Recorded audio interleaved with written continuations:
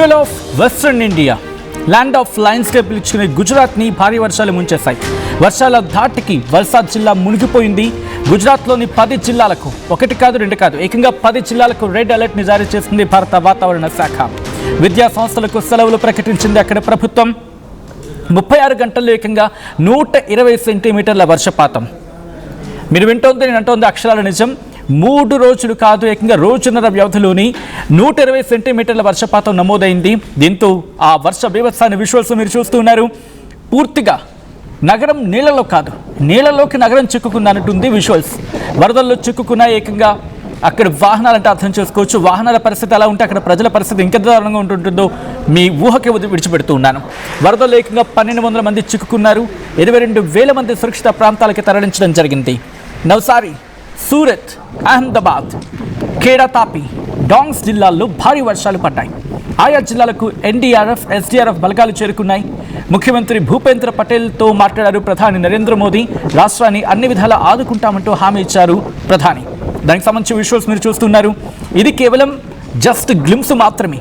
కొంచెం అలా లోపలికి వెళ్ళాలనుకోండి. ఈ విజువల్ చూడండి. దాదాపుగా మీరు లెక్కబెట్టే ప్రయత్నం చేయండి. 1, 2, 3, 4, 5, 6, 7 వరుసలు 4 అంటే 7, 3, 7, 4, 28, మొత్తం 28, ఈజీగా 28. ఇంకా వందల సంఖ్యలో ఉన్నాయి కార్లు. అదుగు చూడండి, మొత్తం కార్లన్నీ కూడా నీటిలో ఈదుతున్నాయా? సాధారణంగా ఏదో హాలీవుడ్ మూవీస్లోనూ లేకపోతే మనం మూవీస్లో చూస్తూ ఉంటాం. అక్కడంటే చిన్న చిన్న కార్లు పెట్టి ఒక చిన్న వాటర్ పూల్ రైడ్ చేసి దాన్ని సెట్ చేయడం ఇలాగట్రా చేస్తూ ఉంటారు. బట్ ఈరోజు నది కట్టలు తెంచుకొని సిటీ మీద పడింది అన్నట్టుంది అక్కడ వ్యవహారం. ప్రస్తుతం విజువల్స్ మీరు చూడడం జరుగుతోంది ఆర్టీవీ స్క్రీన్ మీద. గుజరాత్లోని నవ్సారి జిల్లా సరిఖుద్ గ్రామంలో వరద నీటిలో ఏకంగా కొన్ని 10ల సంఖ్యలో జనాలు చిక్కుకుంటే దాంట్లో 67 మందిని ఎన్డీఆర్ఎఫ్ బృందాలు రక్షించాయి. అక్కడంటే ఆ పరిస్థితిని అర్థం చేసుకోండి. కేవలం గుజరాత్లో మాత్రమే కాదు, గుజరాత్లోని కొన్ని ప్రాంతాలు, కీలకమైన కొన్ని ప్రాంతాలు అయితే వర్ష బీభత్సం కొనసాగింది.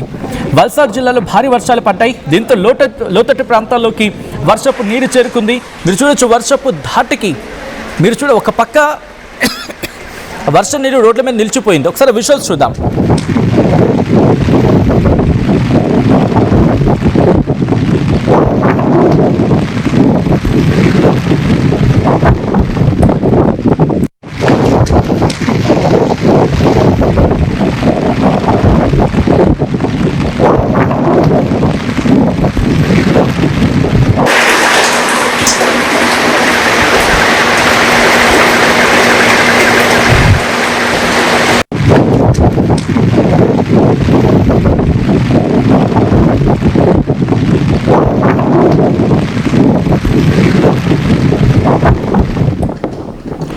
విజువల్స్ మీరు చూస్తున్నారు. కొన్ని ప్రాంతాల్లో వాటర్ లాకింగ్ ఏ స్థాయిలో ఉందో అర్థం చేసుకోవచ్చు.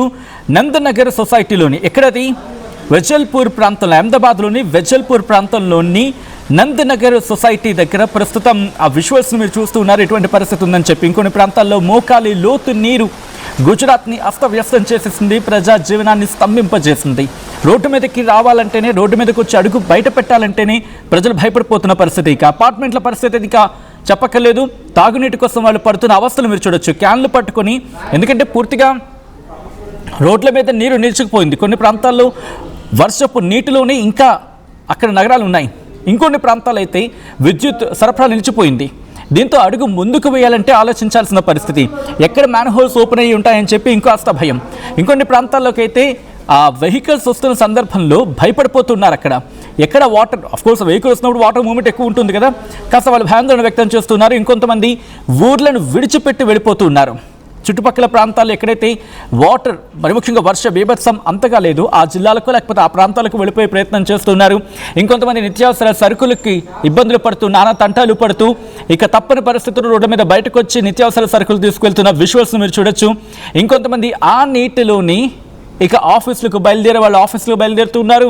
మరికొంతమంది రోజువారీ కార్యక్రమాలకు వెళ్ళే వాళ్ళు ఆ కార్యక్రమాలకు వెళ్తూ ఉన్నారు.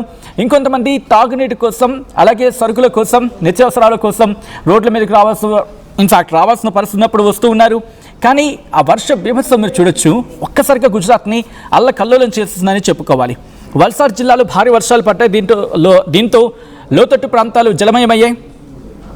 వాపి సిటీ రెవెన్యూ అధికారి కాంతిభాయ్ ఏకంగా రెస్క్యూ ఆపరేషన్స్ కోసం రంగంలోకి దిగారు. అక్కడ వరద ప్రభావిత ప్రాంతాల్లో చిక్కుకున్న వారిని సురక్షిత ప్రాంతాలకు తరలించేందుకు స్థానిక ప్రభుత్వ యంత్రాంగం బోట్లను ఏర్పాటు చేస్తుంది. మీరు చూడొచ్చు, అక్కడ బోట్లను సిద్ధం చేసుకున్నారు. బోట్లను సిద్ధం చేసుకొని అటుగా వెళ్తున్న ఆ విజువల్స్ మీరు చూడొచ్చు. కొంతమంది అక్కడే ఉండి, కొంతమంది స్థానికులు అక్కడ పరిస్థితిని వీడియో షూట్ చేసి ఇటు బయట ప్రపంచానికి చూపించే ప్రయత్నం చేస్తున్నారు. మీరు చూడొచ్చు, అక్కడ స్థానికంగా ఒక చిన్న బోట్లలా ఏర్పాటు చేయడం, లేకపోతే చిన్న పడవ లాంటివి ఏర్పాటు చేయడం రెస్క్యూ ఆపరేషన్స్లో భాగం కావడం. దీంతోపాటు ఫోర్సెస్ అక్కడికి చేరుకుంటూ ఉన్నాయి. ఎందుకంటే చిన్న చిన్న సందుల్లోకి వెళ్ళాలంటే పెద్ద పెద్ద పడవలు వెళ్ళే అవకాశం ఉండదు. దీంతో ఎన్డీఆర్ఎఫ్ బృందాలు అక్కడికి చేరుకున్నాయి. తాళ్ల సాయంతో చిన్న చిన్న బోట్లను ఏర్పాటు చేసి అక్కడ ఆ సిచ్యువేషన్కి తగినట్టుగా ఏర్పాట్లు చేసుకుని అక్కడ వాళ్ళని కాపాడుకునే ప్రయత్నం చేస్తూ ఉన్నారు. వాళ్ళని సురక్షిత ప్రాంతాలకు తరలించే ప్రయత్నం చేస్తున్నారు. ఎందుకంటే నీటి ప్రవాహం పెరిగిపోతుంది. ఎప్పటికప్పుడు ఆ నీటి ప్రవాహాన్ని అంచనా వేసుకుంటూ అక్కడ మీరు చూడొచ్చు, మధ్యలో ఇరుక్కుపోయారు కొంతమంది. వాళ్ళని కాపాడేందుకు రెస్క్యూ బృందం అక్కడికి చేరుకొని ఐ థింక్ వెహికల్ అనుకుంటా, ఒక వెహికల్ అక్కడ చిక్కుకుపోయింది. దీంతో రెస్క్యూ బృందం అక్కడికి చేరుకొని ఆ తర్వాత కొన్ని రబ్బర్ బోట్ల సాయంతో అక్కడికి చేరుకున్నారు. రబ్బర్ బోట్లు చూడండి, రోజు అక్కడ బైక్లు, కార్లు, లారీలు, ట్రక్కులు ఇలా వెళ్తూ ఉంటాయి. కానీ వెళుతున్న కొద్ది పరిస్థితి ఎలా అయిపోతుందో చూడండి. అంటే నగరాలుగా మాట్లాడుకుంటున్నాం, కానీ నగరానికి సంబంధించి వర్షం పడితే నీరు పోయే చాడలేదు. మళ్ళీని ఏ మహానగరంగా, సోకాల్డ్ మహానగరంగా చెప్పుకుంటున్న భారతదేశంలో ఏ మహానగరం తీసుకోండి, అదే పరిస్థితి ఉంది. అటు చెన్నై నుంచి మొదలుపెట్టి హైదరాబాద్ కావచ్చు, లేకపోతే బెంగళూరు కావచ్చు, take what ever it may be city, including the financial capital of India Mumbai. అక్కడ కూడా అదే పరిస్థితి. వర్షం పడిందంటే చాలు రోడ్ల మీద నీరు నిలిచిపోతుంది తప్ప వెళ్ళే మార్గం అఫ్కోర్స్ వెళ్తోంది తప్ప ఉన్నత స్థాయిలో వెళ్తుందా, అనుకున్నంత స్థాయిలో వెళ్తుందా? లేదు. కాంక్రీట్ జంగలమయం అయిపోయింది. ప్రస్తుతం దాని పర్యావరణాన్ని గుజరాత్ కూడా ఎదుర్కోవాల్సి ఉంటుంది, చవి చూడాల్సి వస్తూ ఉంటాయి. ఎన్డీఆర్ఎఫ్ అలాగే స్థానిక ఎస్డీఆర్ఎఫ్ అంటూ ఉంటారు కదా, స్టేట్ డిసాస్టర్ రెస్పాన్స్ ఫోర్స్, వాళ్ళు కూడా రంగంలోకి దిగి సహాయక చర్యలకు ఉపక్రమించడం జరిగింది.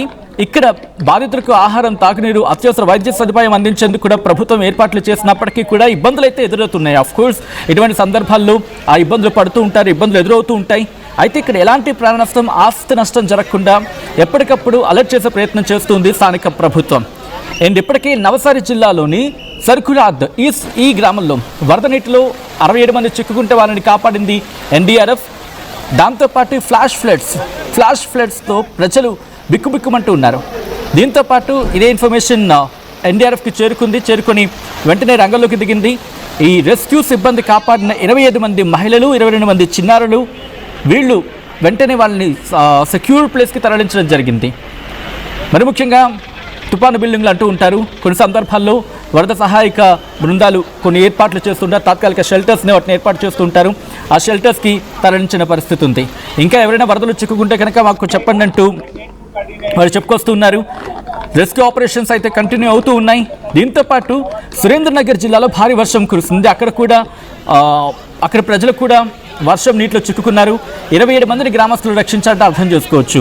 పూర్తిగా ఎక్కడ చూసినా వర్షపు నీరు ఈరోజు గుజరాత్ని చుట్టుముట్టిందన్న ఎటువంటి అతిశక్తి లేదు. Gujarat deputy chief minister Harish Sanghavi react అయ్యారు. Review meeting with Valsad collector office with officials along with cabinet minister Shri Kanu Desai ji and MP Shri Dhawal to assess the rain situation and review preparedness for heavy rains అంటూ కూడా చెప్పుకొచ్చిన సందర్భం. So ప్రస్తుతం Gujarat deputy ముఖ్యమంత్రి హరీష్ సంఘవి కూడా react అవుతూ ఉన్నారు. Present ఆ వర్ష బీభత్సాన్ని పర్యవేక్షిస్తూ ఉన్నారు కంట్రోల్ రూమ్ నుంచి. సో కేవలం గుజరాత్ మాత్రమే కాదు, దేశంలో ఇన్ఫ్యాక్ట్ అస్సాంలో కూడా వరద బీభత్సం కొనసాగుతుంది. అండ్ ఈ కథలో మిమ్మల్ని కాస్త కలవరపరచవచ్చు. దీనికి సంబంధించిన జాగ్రత్తలు తీసుకోవాలని ఆర్టీవీ సూచించడం జరుగుతోంది. దిస్ ఈస్ డిస్టర్బింగ్ కాంటెంట్, వేరే డిస్క్రిప్షన్ ఇస్ హైలీ అడ్వైజ్డ్. దృశ్యాలు చూద్దాం.